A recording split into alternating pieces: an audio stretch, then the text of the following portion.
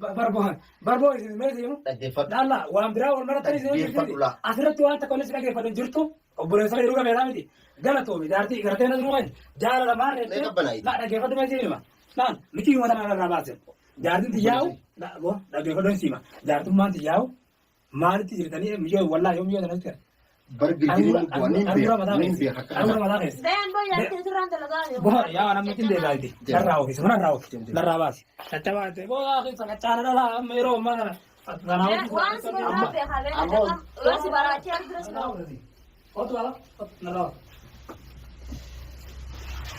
hordoftoota keenya gaa. Assalamu alaikum warahmatullahi wabarakatuh. Ya shamarra kan jiru bersyukur bersyukur najatu mutaqashti ini bersama datang juga. Jirtani jabatu oromoti kali warri harawatatan subscribe gochuun dagatina warri immoo maatii taatan share like gochuun dagatina sinin jedha wajjibbeessu aadaa godhannu sinin jedha mutaqashti. Maal seetan video kana si'a meeqa hojjadde subhanallah na harkaa dileet ta'e rabbi nutti araaramu harkaa dileet ta'e waan hin beekne si'a sadii hojjadde yoo maxxansa jedhu ani shoortii bira maxxansa akkasi irra deebi'ee hojjadde wallahi ni aaree rabbi nu haa qajeelchu obboleettiin teenya tun jechuudha. Intalli tuni gurbaa akkuma amma argitan kana abbaa ilmootii ilma qaba. Ilma kana qofa osoo hin taane ijoollee lama sadii qaba jechuudha. Abbaa ilmaan sadiiti. Jaarsi jaaladhe jettee nama takkaa waliin beekne miidhuma kana irratti argite. Yaani walitti dhiyeenya qaban jechuudha. Akka isaan jedhanitti walis hin argine viidiyoo isaa qofa daawwattee si jaaladhe ni du'aa jira. Du'aa jira sidhamnaan hin jiraattu atis hin jiraattu nagayaan fayyaa qabaattee hin jiraattu jetti. Maaltu waan kana fidee maaltu maal ta'u jira. Shamarran teenya maaltu akkana gochuu jira. Maaltu hayaa irraa fuudhee jira wallahi maaltu qaanfachuu nama dhoorge. Namni namuma ta'e ol ka'anii qilleensa irraa arganiif hin jaalatan jechuudha. Tarii bareedina nama sanii jaalachuu dandeetta haala sanii jechuudha. Sitti toluu danda'a. Laakiin jaalaltii jechuun jaalaltii waan onnee namaa haala nama arganii onnee namaa guutu jechuudha jaalaltii tun. Immoo jaalaltii yaani wanti achi ilaalanii namatti toluuf wanti jaalatan gargar. Akka yaada kiyyaatti jechuudha. Amma immoo isin ijumaan argee jaaladhee na fuudhuu qabda jaartii ta'e hiiktee na fuudhuu qabda. Bultiin ta'e haa diigamtu bultii ta'e diigaa maaltu kana keessa akkas jetti maaltu kana keessa maaltu kana fide gurbaan irra tarii qilleensa irratti bareedee sinin heerumaa na fuudhii jettuun kun boru jechuudha. Boru isiillee akkuma isiin ilmoo isii hiisisiiftee jaartii isaa hiisisiiftee ilmaan gargar baachisiiftee isiillee kan biraa dhuftee ilmoodhaa fi isii gargar baaftee deemti jechuudha. Tarii inni sun jechuun waan jaalateef isiin fuudhini yoo dirqameetu isii fuudhee jechuudha yoo jaalatee isiin fuudhini booda isii gatee biraa deema. Yoo akka jettus jechuudha siiriin sitti godhaa waan akkasii. Dirqama namoota seerii godha waan akkas jetti jechuudha.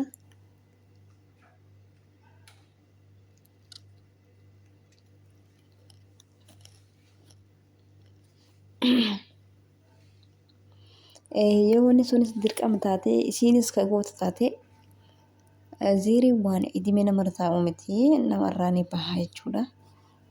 Talaata amma ol baatee ziirii si godhaa jettuu miti.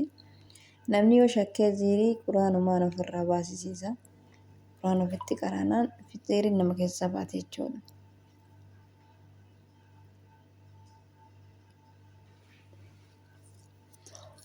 Nama keessaa baate ni baate.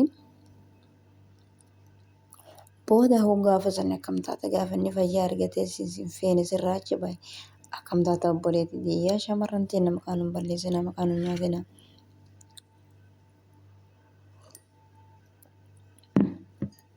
dhiirri kan fuudhinis waddalaateen hedduu takka jira jechuudha. Warri jaartii hin qabne warri bultii hin qabne. Hayi akkam nama mi'aayaa wannaa ta'u jechuudha qofti. Dhiira bultii hin qabne dhiira xiqqaa kan qabne hin jaalattanii. Maaf kama cinqii waliin maraattan. Kanaaf shamarran keenya naamusa godhadhaa, adab godhadhaa. Bultii namaatis hin jeeqina. Akkuma tarra bultii tanteessee diigee jettee eessii irra kaatu boru tanta biraatti dhuftee bultii tantee diiddi jechuudha. Bultiin dirqama nama heerumanis dirqama na fuudhii jedhanii dhiira heerumanis bultii namaa hin taatu. Bultii namaa hin taatu jechuudha. Yoo jaalalli jidduu nama lamaa hin jiraatanii. Namni jaalattu kana yoo hin jaalatin wanni tanteetiin abbaan fedhe godhi si harkisee illee hin taatu jechuudha. Kanaaf haadha namaa xiqqeessaa, haadha namaa xureessaa, haadha namaa ta'uwaa jedha. Haadha ofii akkamitti kabajjan. Akkasii boru haadha namaati ta'e isiin hiikateettu tuni. Hiiki haa tartuu haa dhabamtuu rabbis yaa oofuu ta'ettu haadha ilmaaniiti. Boru atis haadha ilmaanii akkanaa taatanii rakkatta jechuudha ilmoo waliin. Kanaafuu bultii tantee irraa bultii namaarraa adabadhu. Bultii singiliidha dhiira singilii heerumu obboleetti. Dhiirri singilii heerumu dhiirti dachee rabbeetuun guutuudha dhiirti. Wayii dhiira san tokko taate dhiirti. Dachee rabbeetuun guutu. Yoo bifadde taate jechuudha bifa. Gurraacha diimaa fi maalitu jira dhiirti. Akka rabbiin uumetti jechuudha. Halluu gargaraatiin filattee itti heerumuu dandeessa. Asi jaalatetti. Kanaaf bultii nama jala dhaabbadhaa. Zeeriin si godha jettanii nama jala fiidee dhaabbadhaa. Maqaa keessattuu si gaabbata. Eebaluun zeeriin nama goote guusee jedhani. A'uudhu billaahi. Akkasii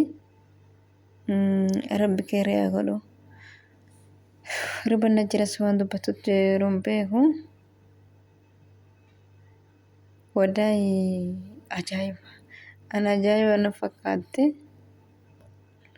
Wallahi rabbiin nuuf haa laaffisu. Rabbi keeriin itti haa godhu.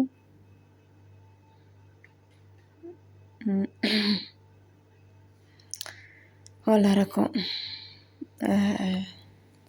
salphina guddaa shamarran of eegduu godhaa. Of eegduu jabduu.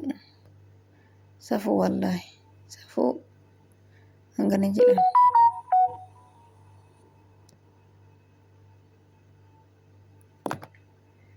Akkasii dhiirtis ija teessa olii gad facaasuu dhiisaa. Jaartii teessan jabeeffadhaa. Mana keessan keessatti nagaan jiraadhaa. Akkas inshaallah.